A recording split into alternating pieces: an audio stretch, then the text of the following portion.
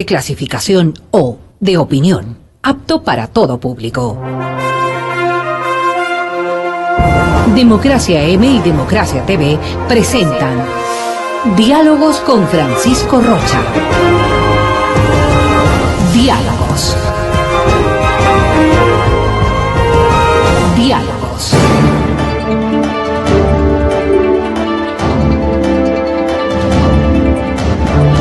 Buenas tardes amigos, estamos encontrándonos ya en Diálogos y están para cerrar la semana dos economistas, Víctor Hugo Albán, el presidente del Colegio de Economistas de Pichincha, y Víctor Hugo también, ¿no? Víctor Hugo Villacrés, sí, con dos Víctor Hugo, a ver, bueno, esperemos que no nos traigan, iba a decir ya el nombre del libro de Víctor Hugo, pero Sabía lo que iba a decir. Alejemos, son economistas como él, pero no, alejemos de esa mala influencia de la vieja literatura, ¿no? De la clásica que claro, veamos en qué paila andamos. Gracias por acompañarnos. La idea es, estamos en un momento difícil como país, no solo en lo político, muchos sostienen que en lo económico es más grave todavía. Les pediría que hagamos, Víctor Hugo Albán, un pequeño acercamiento a cómo va a recibir el próximo gobierno, proclamen a quien proclamen, el estado de la economía.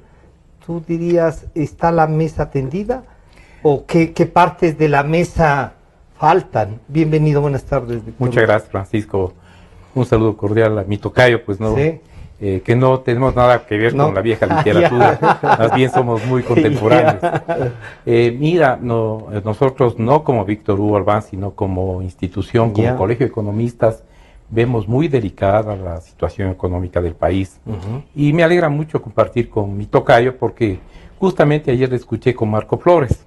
Marco Flores sí es militante del colegio, pues, y obviamente ha escrito varios temas al respecto. Y en estos últimos días dos documentos. Sí, le escuché atentamente la intervención de los dos en Radiovisión y obviamente coincidieron en algunas cosas, discreparon en otras y lógicamente lo importante aquí como economistas, como profesionales, es hacer un diagnóstico y buscar alguna recomendación que sea más o menos acorde a las realidades actuales del país, cómo queda el país, ¿no? Y hemos visto varios temas nosotros. Una de las herramientas de trabajo, tal vez la más importante, es el presupuesto general del Estado. Todos conocemos, al menos los que estudiamos de economía todos los días, que es vinculante el presupuesto del año 2016 al 2017 y viene arrastrando un déficit de más de 10.000 millones de dólares. Algunos analistas dicen 12.000 millones, nosotros creemos que está sobre los 10.000 millones. Estaría sobre los 10.000. Lógicamente, esto es un grave problema. ¿Por qué? Dentro del presupuesto general del Estado está, por ejemplo, el pago de la deuda externa, que tanto de principales de capital y de intereses tiene vencimientos en lo que va a partir del mes de mayo. Lógicamente, nosotros hemos hecho varias simulaciones en las que encontramos que va a tener serios problemas quien asuma la gran responsabilidad de la presidencia de la República. Y eso que hablamos exclusivamente de deuda. No solamente, exclusivamente de deuda, dentro del presupuesto general del Estado. Eso podría afectar a la parte social, que es la que tanto un candidato como el otro, sin decir nombres, han ofrecido mantener, han ofrecido inclusive incrementar en algunos de los rubros. Nosotros vemos con preocupación que no hay tal, ¿no es cierto?, que será a mediano o a largo plazo cualquiera de los ofrecimientos, porque no vemos nosotros ingresos, digamos, mediatos, ni inmediatos que puedan alivianar la carga presupuestaria. Y eso es, digamos, vinculante con algo muy delicado, que es la deuda que tiene este rato, no la deuda externa como tal, que es un rubro totalmente diferente, que en un momento determinado lo toparemos aquí.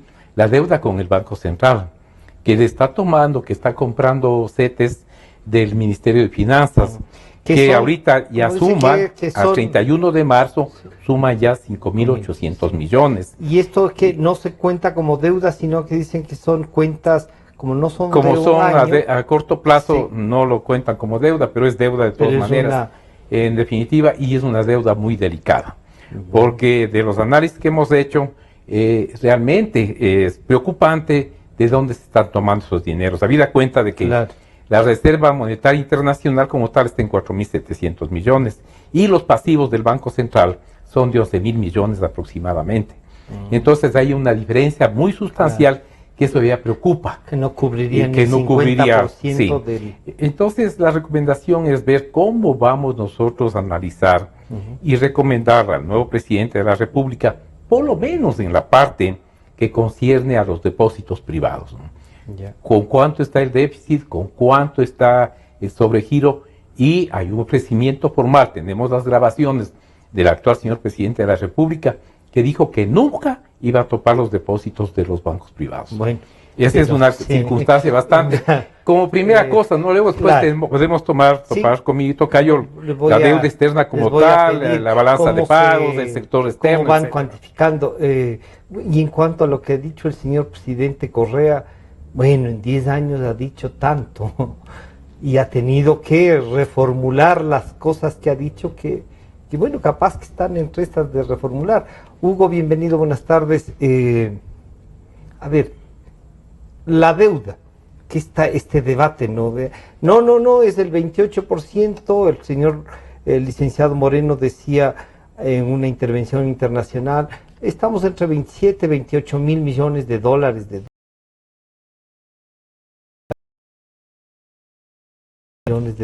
en cuanto al servicio de la deuda. Bueno, entonces, no sé si tú que les conoces más de cerca, ¿qué será? ¿Cuánto será la deuda o cómo la calculas? Y si es verdad que se pagó eso, ya de las investigaciones que las he hecho afuera, ¿se pagó o no eso como costo de la deuda, los 11.500 millones? Bienvenido nuevamente, gracias. ¿Qué tal, Francisco? A mi tocayo Víctor Hugo, un saludo a la gente que nos escucha, que nos ve. Yo creo que hay que hacer un análisis estructural de lo que ha sido los últimos 10 años del manejo en general de la economía. Hay que tener como premisas o como circunstancias dadas el hecho de que tenemos una economía dolarizada. A partir de eso se ha conseguido mucho en términos de la parte social. Para eso era necesario invertir recursos y, por supuesto, parte de esos recursos provienen de las fuentes de financiamiento que puede tener un presupuesto. A saber, los presupuestos se financian con tributos, se financian con ingreso no permanente, que para el caso ecuatoriano es el petróleo básicamente, y fuentes de financiamiento, alguno que otro recurso. Las fuentes de financiamiento, la reserva monetaria, la plata de los bancos. Dos fuentes de financiamiento, externas e internas. Dentro de las externas vamos a mencionar créditos con multilaterales, con bilaterales.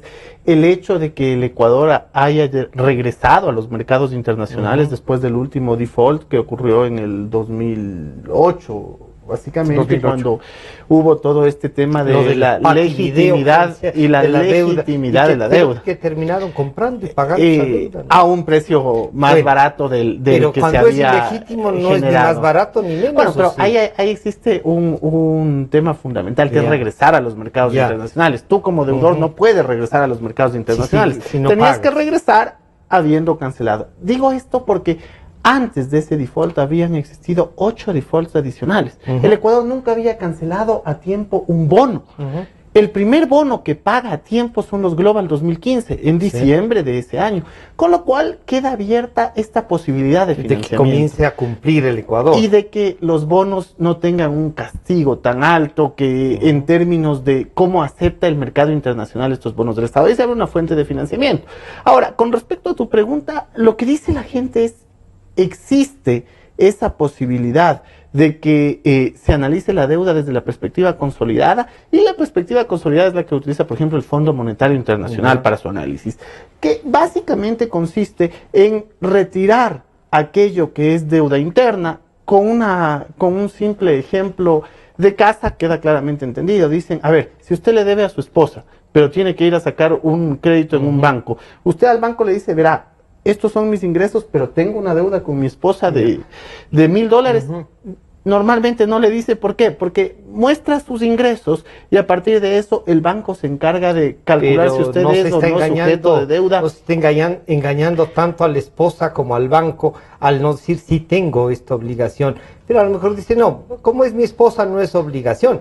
Pero aquí no estamos hablando de familia, estamos hablando de instituciones como el Banco Central o la Seguridad Social, que no son pues ni la esposa ni nada, es de otros. El engaño se daría si usted no le paga.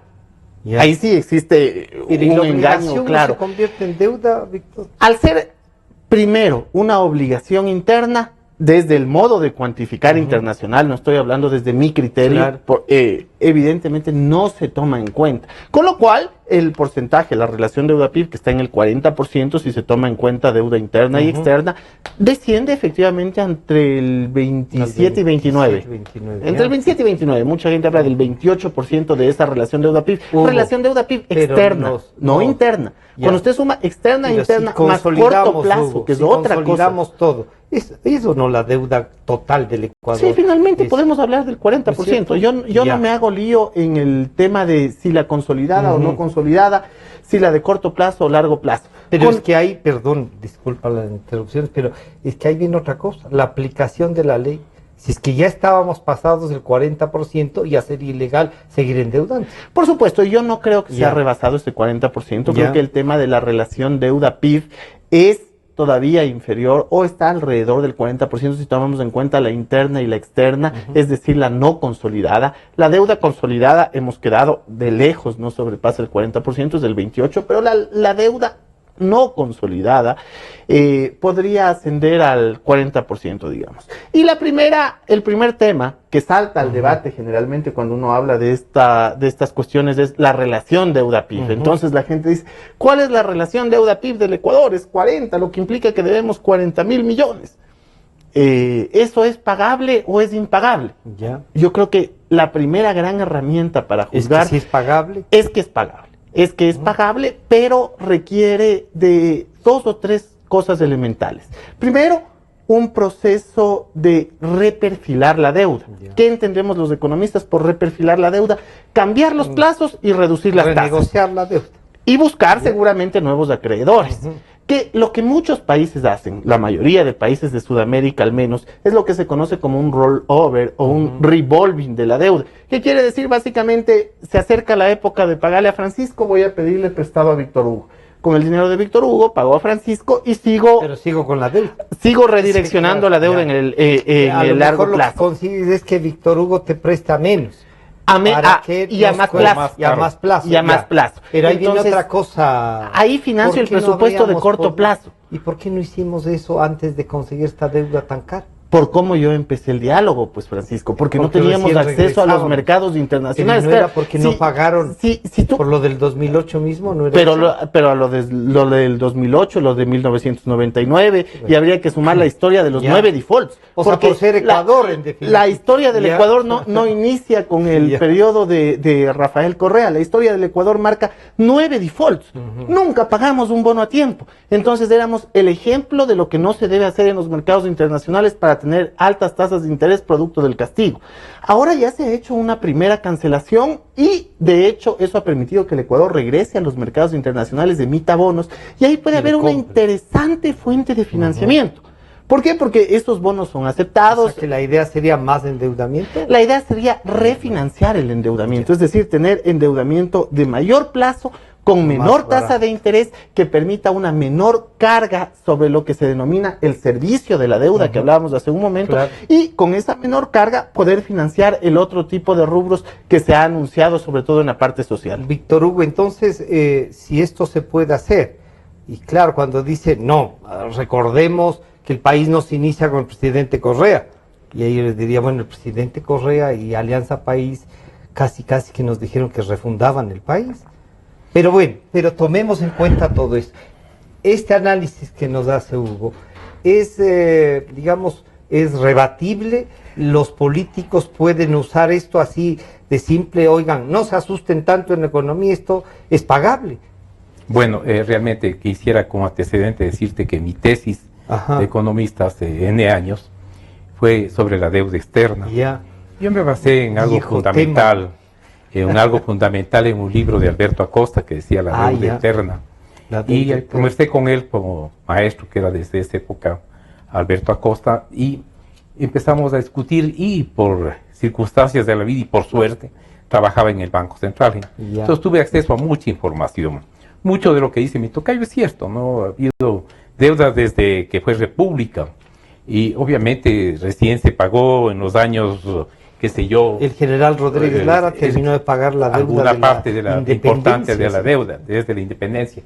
Cierto es, pero digamos, esta relación deuda-PIB o PIB-deuda es muy rebatible, ¿no? Porque se ha jugado con el PIB.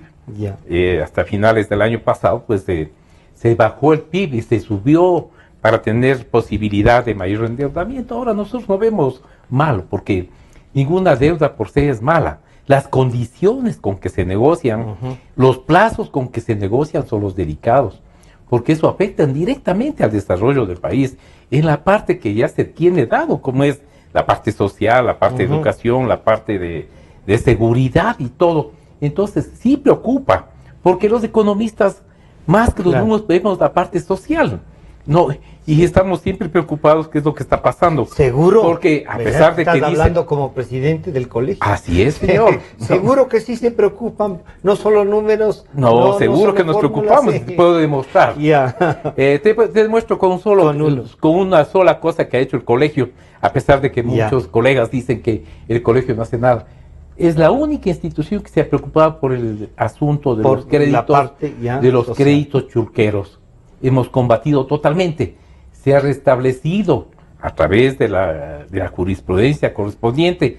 Como presidente del colegio he ido yo a combatir en los juzgados y a rebatirles cómo así están cobrando una tasa de interés mensual y cómo así los jueces permiten esa barbaridad. Entonces sí se ha visto la parte social. Hemos peleado con muchos banqueros por el abuso de los intereses en las tarjetas de crédito. Interés sobre interés, a gente humilde, a gente que le regalan la tarjeta de crédito para después reventarle. Entonces sí se ha hecho en la parte social. Te decía que nos preocupa porque al hablar de la relación PIB-deuda, si bien es cierto que ha habido 8 defaults, no deja de ser menos cierto que no puede seguir el país en eso, ¿no? Porque el riesgo país, que acaba de subir, como mi tocayo no me puede dejar mentir, de 680 a 720, y sigue subiendo, porque anoche que vimos nosotros a través de los distintos mercados de valores, la deuda del Ecuador sigue bajando y obviamente por el riesgo país. Entonces, eso tenemos que ver cómo vamos a financiar, cómo va el país, cómo va la política pública, la política del nuevo presidente de la República, programar los pagos, ¿no es cierto? Porque si bien es cierto que todos los economistas estamos recomendando lo que ya se hizo en los años 92 con el presidente Durán Ballén, que se tuvo que renegociar y se logró una buena renegociación en la que participé yo al 60% de la deuda, ¿no? Y se tomó como referente el Ecuador. O sea, no he leído en libros, Pancho, participé. Obviamente renegociamos plazos, renegociamos capital, renegociamos tasas de interés. Obviamente al 60% que fue bueno. O sea, hay experiencia vivida ya. Pero hay que poner gente que sepa, pues no. Gente que trabajó, que estudió en eso, que valió, ¿no? Y obviamente no politizarle a la economía. Porque eso es lo delicado y lo peligroso. O sea, no hacer política económica. No politizarle a la economía. Política económica hay todos los días. Claro. No, politizarle a la economía, poner un político. No, que a lo mejor no sabe por dónde orientarse, ¿no? O que a lo mejor quiere una cosa y no plantea la técnica, sino vamos por esto que quiere. Mira, ¿cómo se trabaja en la parte económica con el Estado? El presidente o quien está al mando da las políticas. Dice, por ejemplo, el que vaya de presidente, quiero renegociar la deuda. Entonces uno, como técnico, tiene que recomendar la renegociación tiene que ser en tales términos, en tales condiciones. Por ejemplo, la deuda con China es bárbara. Está casi al 10%, porque hay un FIPLAT que casi nadie conoce, que se les da como comisión, más la tasa de interés. Entonces ya es onerosa para el país, ¿no? Entonces es negociable, es renegociable. Se puede hacer porque hay antecedentes, se puede ver qué tipo de capital, cuánto se puede pagar, en qué condiciones. Pero hay deuda, mi tocayo no me puede dejar mentir, que hay deudas a 5 años, que es a corto plazo. Entonces, ¿cómo vamos a refinanciar? ¿Cómo vamos a pagar? Mi tocayo decía, bueno, vamos a abrir otro hueco, que es muy posible, para tapar otro. Pero eso no es hacer economía, pues no. Estamos dándonos las vueltas. Es como, él mismo puso de ejemplo, ¿no? Yo saco de Víctor Hugo un préstamo para pagarle a Francisco, pero sigue la deuda y a lo mejor sigue creciendo. ¿Y en qué condiciones nos van a dar, no? Eso es un poco peligroso. Lo que recomendamos todos los economistas, inclusive mi tocayo también en un momento determinado, es las condiciones tienen que ser más blandas. Y volver a lo que era siempre, los mercados que pueden favorecernos a nosotros, que son el BID, BID-CAP, que inclusive pueden ayudar a renegociar la deuda. Pero ahí viene una cosa, los multilaterales van a pedir programa.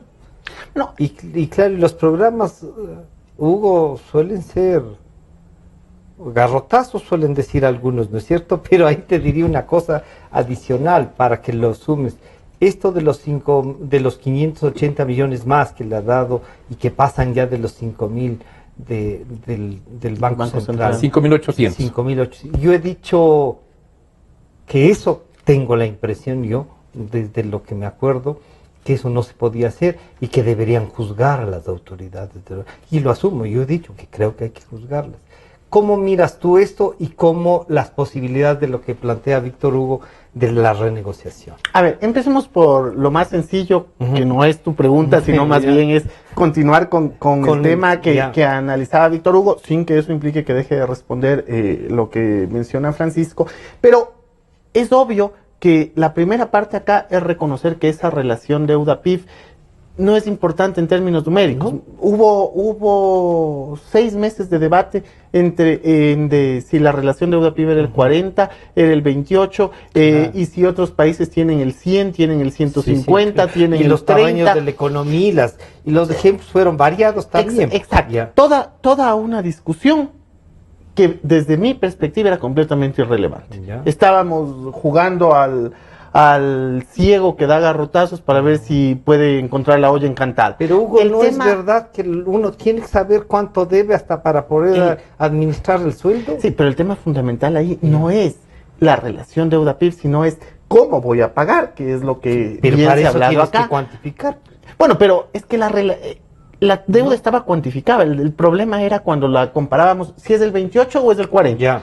Y todo el enfoque de una discusión que si es del 28 más de es una forma de pagar, y si es del 40 es otro o no. No, la forma de pagar es casi siempre la misma. Igual. Y va de la mano con lo que hemos conversado acá. Reperfilar deuda, primera cosa. Optimizar gastos en alguna medida dentro del sector público. Entiendo que cualquiera que asuma la presidencia, en este caso Lenín Moreno es el más opcionado de lo que dicen los panoramas electorales. De lo que dice informe confidencial, de lo que dice participación ciudadana, de lo que dicen 4 de los 5, creo. De lo que dicen 4 de los 5 es el más opcionado. Entonces, claro, lo que se deberá hacer en primer lugar es optimizar gastos. Segundo, reperfilar la deuda. Y tercero, analizar en el mediano plazo cuáles son las fuentes adicionales, y ahí seguramente vamos a tener que recurrir a estas instituciones como el Fondo Latinoamericano de Reservas, a donde sí hemos acudido varias veces. Sí, a lo largo de estos últimos 10 años. También analizar y sentarse a conversar con el BID, con el Fondo Monetario Internacional, Banco Mundial, la Corporación Andina de Fomento o el Banco de Sudamérica, como quiera llamarse, es la misma institución al final. Pero verás, aquí hay que aclarar una cosa. Sí, y perdóname que te interrumpa. Es la condicionalidad de cada crédito, ¿no? Porque no es que tú vas y firmas un pagaré, firmas una letra de cambio, para que quienes nos estén mirando y escuchando sepan. Son contratos draconianos, ¿no? Donde te fijan plazos, te fijan términos de qué dejas de garantía, de dónde van a cobrar, claro, son las garantías, ¿no? Te digo porque he trabajado en eso, ¿no? Bueno, en la gerencia técnica del Banco Central, primero revisábamos, buscábamos, y obviamente muchas veces la condicionalidad que da un crédito frenaba pero son draconianas, son fuertes, no solamente del Fondo Monetario Internacional, ni los bancos de desarrollo. del fondo pues, más bien iba a imagínate, ser más por ejemplo, baja. la deuda, por ejemplo, con China, si tú revisas, y tocayo había revisado el contrato, porque no es una letra de cambio, no es un pagaré, es un contrato de prestación, ¿no? Yeah. En donde te condiciona, inclusive, que a través de esta misma deuda tú tienes que recontratar proyectos que les demos a los chinos. Lo que se llaman eso tiene que ver, ¿no es cierto? Proyectos no, no van a Pero poder, no y van la a poder deuda, usar esa fíjate, Pero plata. Víctor Hugo la ahí deuda está es dando fondo. el inicio A ver, del tema. Hay ya. que sentarse a negociar, dijo. Así empezó toda Sí. esta última, este último análisis. Y no Hay que me sentarse diga a nada. negociar. En efecto, hay que sentarse a negociar y revisar cláusula por cláusula. Porque en efecto pueden existir, no todas las cláusulas nos van a gustar. Claro. Pero de todos modos Ya hay están unas firmadas. que se van a acomodar más que otras Ya. a las necesidades de los próximos 4 años de este país. Renegociadas. No estoy diciendo desconocer Ya. lo firmado, estoy diciendo renegociar lo firmado, que se ponía un Y allá- ejemplo acá de lo que pero pasó allá viene ya en la década de los la 90. posibilidad del otro, que el que firmó, que en este caso la China, nos diga, sí me interesa, ¿por qué ahí será que la Por voluntad de supuesto, ellos o no? pero existe esa posibilidad de renegociar con ellos o de pagar ese crédito con el otro crédito, lo cual no me parece dañino. De hecho, si se revisa nuevamente la historia del país y de los otros países de Sudamérica, todos, absolutamente todos, hacen lo mismo. Ya. Si Pero alguien me dices da que ya no hay que hacer eso. un ejemplo de un país que no genere un rollover sobre deuda, podemos empezar a hablar de que eso es dañino y que hay que Ya. pensar en cualquier No, otro pero es que mecanismo. ahí no estamos Todos los tomando lo países que tú hacen decías, un rollover sobre que deuda. lo de antes no estuvo bien. Y No, hacer lo que ya hemos hecho no, pero es valdría. que, a ver, lo de antes no estuvo bien para regresar a los mercados internacionales, para tener abierta esas puertas. Pero después, como una oportunidad de negociación, de sentarte y decir, a ver, este crédito es muy caro, lo hacen las familias ecuatorianas. Si usted contrata un crédito para una hipoteca, o si contrató y la tasa de interés era el 18 y ve después que el BIES le paga el 9, usted renegocia y cambia de acreedor. Y eso es perfectamente válido, eso no es ni desconocer su deuda, ni dejar de pagar el servicio, simplemente es cambiar de acreedor. Bajo la tasa de interés Y aumento el plazo. Ya. Exactamente lo mismo Perfecto. tiene que ocurrir en el Pero país. para eso el BIS me tiene que aceptar y en el caso del Ecuador los chinos nos aceptarán. Tenemos que aceptar las reglas del acreedor nuevo. contrato, Del y eso es acreedor lo que nuevo, está no recordando. necesariamente de los chinos, Ya. porque con los chinos ya tenemos una Ya está la relación deuda y comercial. ya está el contrato. Y está un contrato firmado Ya. que hay que cumplir y en eso vamos a coincidir, que es en lo que dijo Víctor Hugo. Vamos a coincidir. Pero si existe la posibilidad de obtener mejores condiciones, con mayor plazo, menor tasa, ahí está una opción clara Ahí está de poder un nicho de oportunidad, diríamos. ¿sí? que queda abierto y que no está en las mismas circunstancias que el 2007. El 2007 no teníamos acceso a los mercados internacionales. Entonces, claro, que al final con el default del 2008 se complicó aún más, de acuerdo, pero hemos caminado después de esos defaults, hay un plazo recorrido, hay un proceso en el cual el Ecuador se pudo insertar en los mercados internacionales, porque ahora es muy fácil hablar de una emisión de bonos, pero hay que ponerse pues en los pies del Ecuador el 2009, 10, 11, antes de la emisión. Demasiado fácil. Pero ahí antes... Pero volvamos sobre el Banco Central, porque si no vamos a quedar como que no queremos pero una responder. cosa que me parece ahí, en el 2007, que inició el gobierno, tenían más o menos 6.000 millones de dólares en fonditos, que les permitió comprar la deuda esta que dijeron que era ilegítima, al 35%, cuando en el mercado estaba al 28%. Alguien se ha ganado 7 puntos. Y tú dirás, bueno, pero regresamos. No, yo eso no me la como, diría así. ¿Sí? No, yo estoy de acuerdo en que si existe Enseguida hablo. algún acto ilegal sobre cualquier evento que se haya producido dentro del sector público, debe ser juzgado. Ya. En eso yo no voy a tener ningún problema en reconocer, y es más, de todos los funcionarios, incluido quienes hablan, obviamente están las cuentas abiertas, que se revise, que se verifique, porque efectivamente hay mucha gente que pasa por el sector público con un afán de servicio, y si alguien pasó con un afán de servirse, pues yo creo que por un bien de la ciudadanía y por un concepto de lo que debe ser el servicio público, tiene que ser juzgado. Bien. En eso vamos a coincidir. Entonces, efectivamente. lo del Banco Central, El tema del Banco Central. El Banco Central tiene 4 sistemas que forman parte de un balance. Mi primer gran análisis es que el Banco Central de la década de los 90 no es el Banco Central actual, empezando porque no es especies monetarias en circulación. Ahora es un pequeño pasivo porque son las monedas fraccionarias. Claro, que el resto de dólares son los dólares que están ahí. Y vamos a debatir, no tengo problema, pero a ver, eso es peligroso, me voy a permitir comentar todo mi análisis y después debatimos. Sí. Ok, la primera parte es: los dólares que circulan en la economía debería ser entendido como la Reserva Monetaria Internacional de la década de los 90. ¿Por qué? Porque el Ecuador ya no tiene moneda circulando propia. Si uno se va, por ejemplo, al balance del Banco Central en Colombia, ahí se encuentra que los pesos colombianos están contra los dólares que están en los depósitos en el Banco Central de Colombia. En el caso ecuatoriano, los dólares que tenía la economía ecuatoriana en la década de los 99 ya están circulando, están en los bolsillos de la gente. Sin embargo, el Ecuador tiene una reserva internacional de libre disponibilidad, no una reserva monetaria. Esa reserva internacional consta dentro de 4 sistemas que forman parte de un solo balance en el Banco Central. Los 2 primeros deben estar cuadrados por ley. Ya no eliminaron las especies monetarias.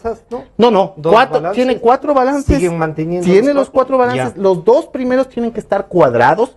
Hablo de especies monetarias en circulación y hablo también de lo que es depósitos de otras instituciones, en donde incluimos los depósitos de los GAD, por ejemplo, de los GAD en el Banco Central.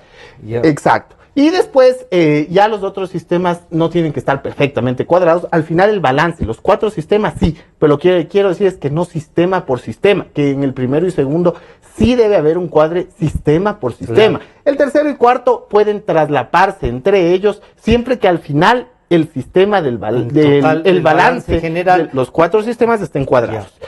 Ese es el escenario que estamos viviendo y en dolarización lo que debe hacer el Banco Central desde mi óptica es un adecuado manejo de la liquidez, porque quienes dicen que se nos ha prohibido la posibilidad de hacer política monetaria al completo están equivocados. Una cosa es que tú no puedas emitir dinero, otra es que tú no puedas hacer un correcto manejo de la liquidez de la economía y eso va a permitir de alguna manera generar política. Cuando decían ¿qué hace el Banco Central antes? Siempre sostuve, decía, no es verdad que no hay política monetaria, no hay, pero el control del circulante, la tasa de interés, lo que pueda subir o bajar del encaje bancario, es política monetaria. Por supuesto. Ahora, si en la ley claramente se establece que el Banco Central no puede prestar recursos al Ministerio de Finanzas, y eso es lo que ha ocurrido, pues por el mismo mecanismo que se ha realizado tendrá que ser juzgado. En eso no voy a discutir con Francisco, que creo que esa es la hipótesis que la está planteando.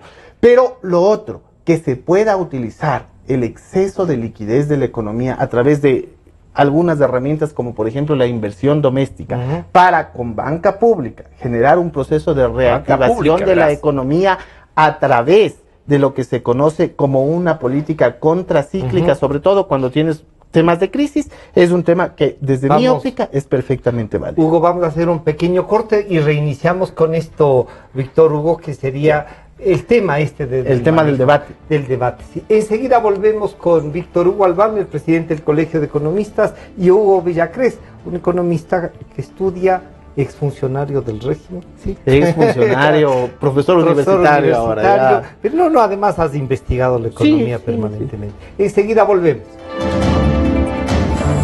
En un momento regresamos con Diálogos por Democracia M y Democracia TV. Democracia. Rusia retoma críticas por retenidos en base naval de Estados Unidos. Democracia. Formulé el primer pedido histórico de perdón a las víctimas de las graves violaciones de los derechos humanos. Democracia, solo noticias. Sentimos lo que la gente siente, amor, desamor, alegrías inmensas. Decimos lo que la gente quiere, pasión, discusión, democráticamente. Democracia, la radio de la gente. Democráticamente, la radio de la gente. Democracia, la radio de la gente. Democracia. Desde el Distrito Metropolitano de Quito, Cadena Democracia, la radio de la gente. Francisco Rocha está de vuelta con Diálogos por Democracia M y Democracia TV.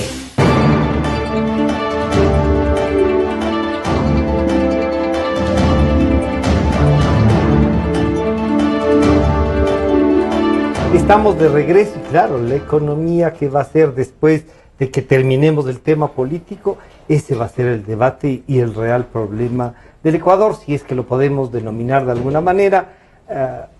Hugo Villacrés nos decía, no, es pagable, vamos a ver, pero veamos los otros temas. En principio, esto del circulante, de que haya la posibilidad de que en el manejo de la política monetaria, con los instrumentos que han quedado en dolarización, Víctor Hugo, es legítimo, y si no es esta la palabra, perdón, que hayan usado estos créditos desde, Hugo nos decía, hay una fuente de financiamiento. Mira, bueno, la actual legislación le permite al gobierno como tal hacer uso de los excedentes, como bien manifestaba Víctor Hugo, pero excedentes de liquidez. De liquidez del sector público. Mencionó los GATS, banca pública, etcétera. Lo que nosotros dependemos es la banca privada. Los depósitos del sector privado, los depósitos del ciudadano común y corriente. No, y esa es la preocupación de nosotros. ¿Y se puede diferenciar los unos de los tenemos otros? Los saldos nosotros y obviamente no estoy autorizado para darle, pero tenemos una carta al presidente de la República demostrándole nuestra preocupación. Y obviamente pues lo que nosotros queremos es de que haya tranquilidad, porque claro, si cualquiera de los dos que somos personas conocidas, hombres pero públicos, diríamos, además gente con responsabilidad. Sí, hablamos de más, puede ser peligroso, pero sí es preocupante. Admito y repito, yo no quiero rebatir ni debatir ni nada, que la parte pública, todo lo que son gas, banca pública, los excedentes sería un sacrilegio que estén en el Banco Central. Entonces, pero de ahí a que tomen otro tipo de depósitos es lo peligroso, y es lo que estamos nosotros. O sea, si la plata custodiando del sector público, ahora verás, no financiero se llama, ¿no? Sector público no financiero. Mira, ahora lo que yo quiero dejar en claro es algo que decía el tocayo, ¿no? Que la condicionalidad de la banca que nos prestó, de la banca china, por ejemplo, es diferente o es más bondadosa que la banca de desarrollo, que el BID, CARD, etcétera. La condicionalidad es casi igual, y es igual de draconiana. Lo único que ha hecho es negociar, por ejemplo, el BID, digamos, la CAF generalmente, cualquiera de estos bancos de desarrollo decía, les presto, pero con la condición de que suban la energía eléctrica, la gasolina. Eso sí es completamente negociable y con cualquier tipo de banca. No aceptar nomás, ¿no? Y es lo que ha hecho el gobierno, porque se ha cedido a créditos de la CAF, del BID, etcétera. Pero no ha aceptado la condicionalidad. Bueno, nosotros, una diferencia. Porque, bueno, han prestado para proyectos específicos, ¿no? Pero no para gasto permanente ni gasto corriente, sino ha sido para proyectos que son conocidos por todos, vialidad, qué sé yo, pero para proyectos sociales no ha habido créditos. Se ha mantenido otro tipo de créditos, como son con la China, todo, que también tienen su condicionalidad. Y lo que tenemos que cuidar es nuestro patrimonio, y nuestro patrimonio es de petróleo, por ejemplo, que está prácticamente negociado hasta el año 2025.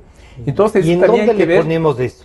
En casi todos los créditos. ¿En deuda? No. ¿Eso se pone en deuda? Pero que es deuda, Francisco. Es venta anticipada. Es solo la venta anticipada, ¿sí es deuda? Es deuda, Francisco. Si yo te anticipo a ti, hacemos un contrato, y te anticipo $100,000, vas a hacer deuda, vas a hacer un pasivo en tu patrimonio, vas a hacer un pasivo en tu balance, y obviamente, lógicamente, eso tiene que estar registrado en alguna parte, ¿no? Que para acá le puedan, digamos, en la actual situación, le den otra filosofía y todo, es pasable, ¿no? Pero sigue siendo deuda, porque algún rato se tiene que devengar. Claro. Es como tú, hicieron hace un rato una comparación del crédito BIES y la hipotecaria. Es un crédito a largo plazo, pero en tu pasivo registras eso, se incluyó. Es mi patrimonio, estoy a cambio la casa, pero yo tengo una deuda acá, 25 años con el BIES, ¿no? Tengo que irla Entonces, pagar lógicamente, tengo que pagarle, no me ha regalado. Si no, el Hugo regresa y nos saca. Sí. Entonces, lo que yo digo es la condicionalidad se da siempre en un crédito. A ver, yo no quiero dejar de lado un tema que mencionaba Francisco hace un momento y hablábamos de los fondos que existía con los cuales se recompró una parte de la deuda. Y cuando uno hace las fórmulas de cálculo macroeconómico encuentra que el ingreso disponible sirve para el consumo o para el ahorro. Entonces quería decir que parte de lo que en años anteriores se tuvo como ingreso disponible, anteriores al 2007 me refiero, se había utilizado como ahorro. Ahora, el ahorro tiene una fórmula igual en macroeconomía, el ahorro es igual a la inversión. Entonces, el ahorro per se, es decir, el tener especies monetarias en circulación bajo el colchón, no tiene sentido si no te permite comprar o un activo productivo, o comprar un bien inmueble, o comprar cualquier tipo de inversión que necesite la casa. Ese ahorro, si Hugo, el Estado compro 2 televisiones más que no las necesito, o hago un cuarto más que no lo necesito, me genero un paso consumo, adelante. no inversión. Claro. Exacto. Pero el hilo, cualquier cosa que construyas, cualquier cosa que hagas, eso es ahorro. El hilo que termina dividiendo la parte de la inversión con el gasto es un hilo muy fino. Es un hilo muy fino en donde uno tiene que ver, por ejemplo, si el activo es productivo. Voy a poner el caso de algo de lo que sucedió en el país. Si es una hidroeléctrica, ese es un activo productivo. Eso es inversión. Eso de ninguna manera puede ser considerado gasto, es una parte del ahorro que se ha transformado de dinero en la cuenta en un activo productivo que genera energía. Vuelvo a repetir entonces otra cosa. ¿Por qué no se hizo con esos ahorros la hidroeléctrica y por qué se endeudaron? ¿Y se gastaron el ahorro? No, pues yo lo que creo es que parte de la hidroeléctrica se hizo con el ahorro que había disponible y cuando ya no hubo el ahorro disponible, se acudió a un crédito, que es lo que hacemos igual todos los ecuatorianos. Nuevamente, pongo la economía doméstica para que se entienda claramente.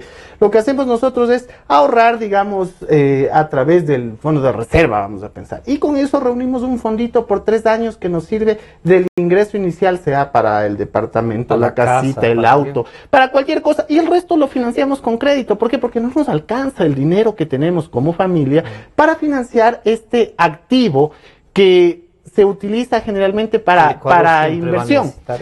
No solo el Ecuador, los países en vías de desarrollo, los países emergentes, Colombia lo necesita, Perú lo necesita. De hecho, cuando revisamos, por ejemplo, el déficit fiscal, porque podríamos decir, Ecuador es el único país que tiene déficit fiscal, y hablábamos de que está alrededor del 8%, y decíamos, Ecuador es el único país. No. Todos los países de Sudamérica, todos los países, Chile, Paraguay, Brasil. El déficit fiscal va como 10.000 millones de dólares. Así es. Y eso ya no es del 8%. El del presupuesto general del es del 33%. Sí, pero habría que... a 30.000. Sí, pero lo que habría ahí es que revisar las cifras que viene arrastrándose, ¿no es cierto? Desde el año está hablando eso es otra cosa, viene arrastrándose. ¿Qué es lo que se delimita la bola dentro del presupuesto general del Estado? No la bola por lo grande, sino se denomina la bola por lo que se va incrementando. Exacto, pasa de periodo a periodo. Pero yo sí quisiera, por ejemplo, dejar claro esto. El promedio de déficit fiscal en América Latina es del 6,8% anual, Francisco, y después el país que más déficit fiscal va a tener en este 2017 se llama Venezuela, 14%, el segundo es Brasil, el 9%, el tercero que tengo aquí dentro del listado es Argentina, 4,9%, Chile, porque algunos dirán, veamos el de Chile, 3% de déficit. ¿Y el Ecuador? En el caso que ¿nos acercamos más a Chile o a Venezuela? 3,5. Chile tiene 3, Ecuador tiene 3,5. Hay que ver el tamaño de las economías, ¿no? Porque muchos nosotros estamos, los economistas, comparándonos con Colombia, comparándonos con Perú, comparándonos con Brasil, comparándonos con Argentina, con Chile, etcétera. Pero son economías totalmente diferentes, ¿no? ¿Cómo podemos hablar nosotros de la economía ecuatoriana con relación a la colombiana, por ejemplo? Mira, la reserva nuestra es 4.300 millones. La de los colombianos es 30.000 millones, hermano. Entonces hay una diferencia abismal, pues, ¿no? En economías. Pero ¿cuál es el PIB colombiano? ¿Cuál es el PIB ecuatoriano? Exacto. Entonces, obviamente, son diferencias abismales. Claro, solamente Bogotá tiene la población del Ecuador. Tiene 18 millones de habitantes, nosotros estamos en 16. No, entonces, obviamente, hay diferencias abismales, ¿no? Y esto que tenemos que ser bien claros, porque no podemos decir a la gente una cosa que no es. Y esto hay que ser bien claros, porque si no dicen Claro, Víctor Hugo, el día que se entrevistó en el otro medio de comunicación, hacía el mismo análisis. Y nosotros tenemos la grabación, ¿no? Y decíamos, bueno, él hace el análisis a nivel de América Latina y compara, digamos, Venezuela con Ecuador, Venezuela con Brasil. Brasil con Ecuador, nosotros podemos ser una provincia del Brasil, pues no. Y obviamente las economías son totalmente diferentes, nos parecemos mucho. Y fíjate, el per cápita de Colombia, ¿cuál es? Y el per cápita del Ecuador, ¿cuál es? ¿No? Sí, es a donde yo iba. Entonces, obviamente, hay grandes diferencias. Aquí tenemos nosotros, dando gracias, un mayor ingreso per cápita, pero por la dolarización, pues no. ¿Y a dónde debemos ir nosotros? Porque si no es bien fácil el sistema, ¿no? Si no es bien fácil juzgar, es que Colombia es una economía de 300.000 millones y Ecuador una de 100.000 millones, pero la ecuatoriana se produce con 16 millones de habitantes, la colombiana con 40 y más millones. Entonces, lo importante no es el Producto Interno Bruto, es el PIB per cápita. Y estoy hablando de eso, ¿no? Revisemos PIB per cápita 2017. Ecuador, $6.036. Colombia, 6.233. ¿No somos economías similares? Perú, 6.538. ¿No somos de economías similares? De 300.000 millones y estás hablando de 100.000 millones. Cuando me interesa hago el análisis global y cuando no me interesa hago el análisis per cápita. Lo importante es cómo ese pastel se ha generado en términos per cápitas. ¿Por qué? Porque obvio que lo que hacen 45 millones no va a ser igual a lo que hacen 16 millones. Hugo, pues. Pero si ese tema es $6.300 en Colombia. De PIB per cápita. Sí, pero sí, ya. Ingreso per cápita. Mi ingreso de 6.300 millones de Francisco Rocha, voy a Colombia. ¿Compro o no 2 o 3 veces más de lo que compro aquí? Por supuesto, porque el tema también hay que analizarlo desde la perspectiva de ingresos y poder adquisitivo. Y ahí entras en una segunda parte que es importante. Hay que analizar también inequidades y veamos cómo está el coeficiente de Gini, pues cómo está la inequidad en Colombia versus la del Ecuador, que también la mencionaba ayer. Fíjese, la inequidad al 2014, que es el último dato que tengo, mientras en el Ecuador es 0,45, en Colombia es 0,53, mientras más cercano a 0 está es mejor. 0,45 en el Ecuador, 0,53 en Colombia. Colombia es más inequitativo. 0,5 más inequitativo. Que uno podría decir, eso no es significativo en términos de número. Pero cuando uno lo analiza, ese es el equivalente a decir, por ejemplo, en la economía ecuatoriana, que al 2007 se encontraba en 0,56. El decil más rico de la población tenía el 50% del total de ingresos. Es decir, para hablar en términos actuales, 1.600.000 habitantes tendrían 50.000 millones de dólares. Hoy día, producto de una serie de políticas que se ha hecho, se ha reducido y ese mismo 1.600.000 habitantes tiene 34.000 millones de dólares. No es lo óptimo. Yo aspiraría que todos tengamos por igual, pero 1.600.000 habitantes. 0.010. Claro, por supuesto. Por eso te digo, pero de 0.56 a 0.46. A 46. Revisa cuál es el indicador del coeficiente de Gini y la velocidad con la que este se puede reducir en América Latina y vas a encontrar que el promedio de reducción es muy complejo porque tienes para generar una reducción de inequidades, no solamente van herramientas como impuestos, subsidios, sino tienes que combatir grandes distorsiones que se producen en la economía. Y solo termino con este dato, mientras el decil más pobre de la población ecuatoriana, es decir, 1.600.000, se reparten 1.400 millones de dólares, el decil más rico, 35.000 millones. Eso es todavía lo que tenemos que reducir. Un paréntesis, porque voy a repetir lo que dijo Marco Flores ayer. Un 40% de la población del Ecuador se bate en la miseria. Y voy a repetir exactamente, comillas, de lo que dijo mi amigo compañero Marco Flores. La gente vive con $1.60 al día. 2.60 ya, 2.60, ¿no? Que no es mejor, no es mejor, es rápido. Pero por Dios, estamos hablando del 40% de la población.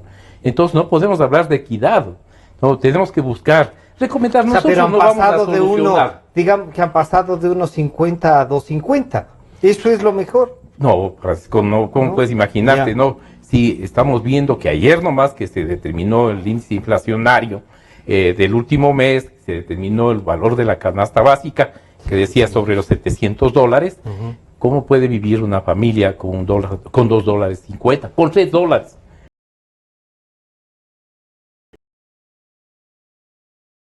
Allá tenemos que ir nosotros como economistas y obviamente ahí viene la parte social. No vamos a criticar ni a recomendar, porque a veces nos quedamos en el diagnóstico, no. Aquí estamos haciendo un diagnóstico. Y si hablas tú todos los días, abres la radio, la Democracia o cualquiera de las emisoras de prestigio de acá, o que hace todos los economistas son diagnósticos, ¿no es cierto? Un diagnóstico, pero nunca recomiendan nada, ¿no? Este rato tiene serios problemas quien se ponga en el sillón presidencial, te garantizo, porque tiene que asumir una deuda inmensamente grande, un presupuesto desfinanciado, sea cual fuera que fuera el déficit, hay déficit, y ¿no peor es es el que se pone en el sillón del ministro de Finanzas. Claro. Es terrible, tiene prácticamente hemos coincidido de que el techo de la deuda está llegando a su límite. Entonces, ¿cómo va a financiar? ¿Cómo va a cumplir sus promesas de campaña? Entonces, obviamente, tiene que mirar al lado positivo que es el sector privado y empezar a conversar, a ver cómo vamos a desarrollar el sector privado para el empleo. Porque aquí tocamos mucho la parte del presupuesto, la parte fundamental que es de la deuda. Podríamos hablar del sector externo, lamentablemente el tiempo se nos viene encima. Y van a quedar comprometidos. Pero fundamentalmente es el empleo, Francisco. Nosotros tenemos un peregrinar de profesionales todos los días a nuestras oficinas a ver qué posibilidades hay de empleo, de lo que sea. No, entonces, y en eso no solo en economía, en derecho, en medicina y todo. Obviamente tenemos que empezar a buscar mecanismos de ajuste en empleo, que la gente ya no vaya a recurrir solamente al sector público o que hayan estado con A o B candidato para recurrir a un trabajo o un empleo, sino buscar mecanismos de empleo, dar las facilidades, dar la confianza, que es fundamental al sector empresarial. Y entonces para voy a que valer de esto, obviamente sea quien determine el empleo a través de la inversión.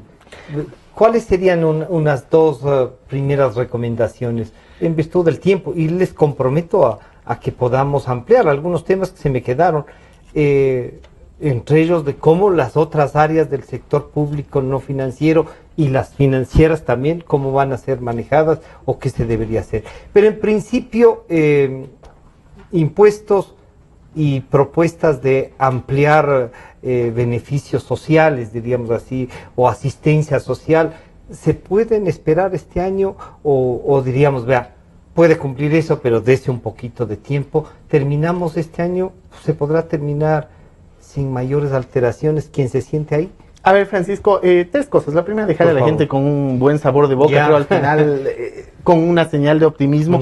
Creo que es posible que en el Ecuador se generen muchos temas importantes. Creo que tenemos un enemigo común. Voy a parafrasear a Hugo Villacresio en lo que dijo ayer, que dijo que tenemos un enemigo común que es la pobreza. Mientras siga existiendo pobreza, esta será una espada de Damocles para cualquier persona que esté sentada en el sillón presidencial o en el Ministerio de Finanzas. Eso tiene que combatirse con políticas sociales. La política social debe estar al principio de todo gobierno y no como lo que haría después de que se ejecuten una serie de temas. Entonces, desde esa óptica, yo creo que es posible seguir trabajando en políticas sociales que permitan que la sociedad pueda salir de la pobreza y ser más equitativa en el tiempo. Para eso, evidentemente, habrá que optimizar gastos. Lo dije al principio y me rectifico. Creo que hay que optimizar gastos. Se puede todavía optimizar un poco más. Hay que reperfilar la deuda. Hay que buscar nuevas fuentes de mejora, de financiamiento y mejoramiento y mejorar de ingresos. Las condiciones. Y mejorar los ingresos también. Y en ingresos, quería ser claro, los dos candidatos han dicho no más impuestos, y es más, han dicho que van a reducir. Los dos han dicho, por ejemplo, el IVA terminará en el 12%, los dos hablaron de eliminar las salvaguardias, que es un tema que también irá. Está comprometido eso. Exacto, entonces no creo que es un tema de más impuestos, es un tema de mejor recaudación. Y yo creo que ahí todavía hay algunos datos pendientes en donde se podría tener un ajuste para buscar más recaudación, sobre todo de quienes más ingresos generan. Yo complementaría lo que ha dicho mi tocayo. Sencillamente que hasta agosto le da la ley para presentar su nueva proforma presupuestaria. Entonces tiene tiempo para buscar financiamiento. Y obviamente no puede cumplirse de mayo a agosto todo lo que se tenía pensado. Todo será a mediano y largo plazo. Porque una cosa es estar en campaña y otra cosa es estar ya con políticas dirigidas. Mayo, junio, julio, agosto. Reclamarle en agosto, que dirían los 100 días, que fue la triplicación del bono, no sería correcto. No va a ser posible, ¿no? Porque tiene que primero ajustar el presupuesto. Un presupuesto, para quienes nos escuchan, como decía mi tocayo, para que no quede el sabor amargo, tiene que cuadrar ingresos y gastos. Entonces, obviamente, dentro de los ingresos hay el ingreso corriente o permanente que se llama, que son sueldos, viajes, arriendos, todo lo que gastos en gasolina, carros, vehículos, etcétera. Y el otro que es inversión. Entonces tiene que sobrepesar, ¿no? ¿Cuánto va a recaudar el director general de rentas de impuestos para preparar el gasto permanente o corriente y cuánto va a ser de inversión a través de los otros ingresos? El año pasado se dice que bajó la recaudación de impuestos. Bajó de 14.000 a 13.400. Obviamente por todo lo que vivió la economía. Yo creo que hay dos cosas fundamentales para Lenín Moreno, para el próximo gobierno. Y eso claramente viene dado primero. Que se lanzó su cuña. Primero, es que tú empiezas hablando del tema de que hay que cumplir con el subsidio de 150. Entonces me guiaste por la misma línea. Entonces iba a decir, hay dos cosas que son importantes y que tienen que determinar. La primera, el Plan Nacional de Desarrollo tiene que estar hecho entre este periodo hasta el 24 de mayo, porque inmediatamente que se posesionan, las EMPLADES tienen que aprobarlo a través de su consejo y mandar a la asamblea para que pueda ejecutarse presupuesto. Si no, no van a poder ejecutar presupuesto, inclusive lo de este año, por más que esté prorrogado. Tiene chance hasta agosto, ¿no? Y después del presupuesto del Estado, del próximo año. Entonces son dos temas fundamentales. Por eso, él decía, el que se siente en el Ministerio de Finanzas, pobre. El Plan Nacional de Desarrollo y el presupuesto del próximo año. Las dos cosas son importantes. Bueno, siempre hay cosas pendientes por hacer en todo lado, ¿no? Sí, ¿qué pasó con la mesa tendida? Sin comentarios. Siempre hay cosas que hacer. Han estado con nosotros Víctor Hugo Albán, el presidente del Colegio de Economistas de Pichincha, y Hugo Villacrés, el analista económico, como que lo estamos recuperando también al análisis, ¿no es cierto? Ya no lo vamos a juzgar. Queda pendiente algunos temas y les vamos a comprometer para seguir en el análisis económico. Este programa estará a disposición de ustedes nuevamente a partir de las 3 de la tarde, gracias a nuestros amigos de Facebook Live, de la 920 AM y de Democracia TV. Nos estamos encontrando el día lunes. Muchas gracias a ustedes por acompañarnos. Gracias.